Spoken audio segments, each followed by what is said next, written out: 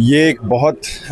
Positive میں سمجھتا ہوں کہ میسیج پورے انٹرنیشنل کمیونٹی کو گیا ہے کہ بی ایل اے اور مجید بریگیڈ جیسے فتنہ ہندوستان کے جو ٹاؤٹس تھے ان کو امریکہ نے ایز اے ٹیررسٹ لیبل کیا ہے، اور یہ بات ہم پہلے روز اول سے کہتے آ رہے ہیں، اور یہ جو کریڈٹ ہے میں سمجھتا ہوں کہ ہمارے ڈپلومیٹک فرنٹس کو جاتا ہے، ہمارے ڈپلومیٹک پالیسیز کو، اور خاص طور پر ہمارے فیلڈ مارشل صاحب کو جاتا ہے، جنہوں نے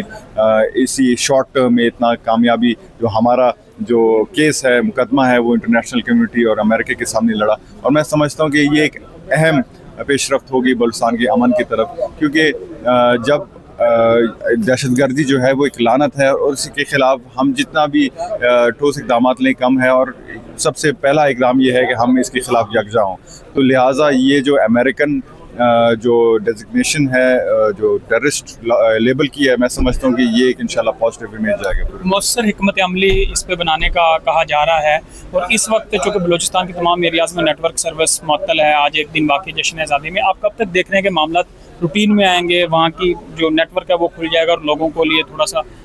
جو نیٹ ورک کا مسئلہ ہے؟ دیکھیں، اگست جو ہے، اگست کا مہینہ جو بڑا سینسٹیو مہینہ ہے، اس میں آپ کا کشمیر ڈے بھی آتا ہے اور 14 اگست بھی آتا ہے، اور جب ہمارے لوگ نکلتے ہیں تو چند ملک دشمن عناصر کو جو ہے ان کو تکلیف ہوتی ہے، تو وہ سافٹ ٹارگٹس ڈھونڈنے کی کوشش کرتے ہیں. تو نیٹ ورک جو ہے آپ کا 4G بند ہے، آپ کا 3G بند ہے، لیکن جو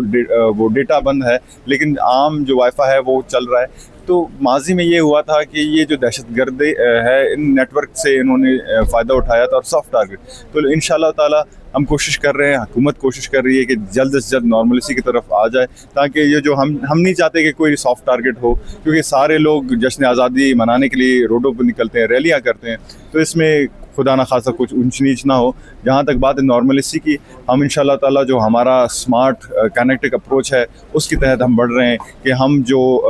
دہشت گردی کو یہ جو سپلیمنٹ کرتے ہیں، خواہ وہ میرٹ کی حق تلفی ہو، کرپشن ہو، اس کا روک تھام کے ساتھ ساتھ جو کنیکٹک اپروچ ہمارے سیکورٹی فورسز لے آ رہے ہیں، اس کے ساتھ ساتھ ہم کام کریں.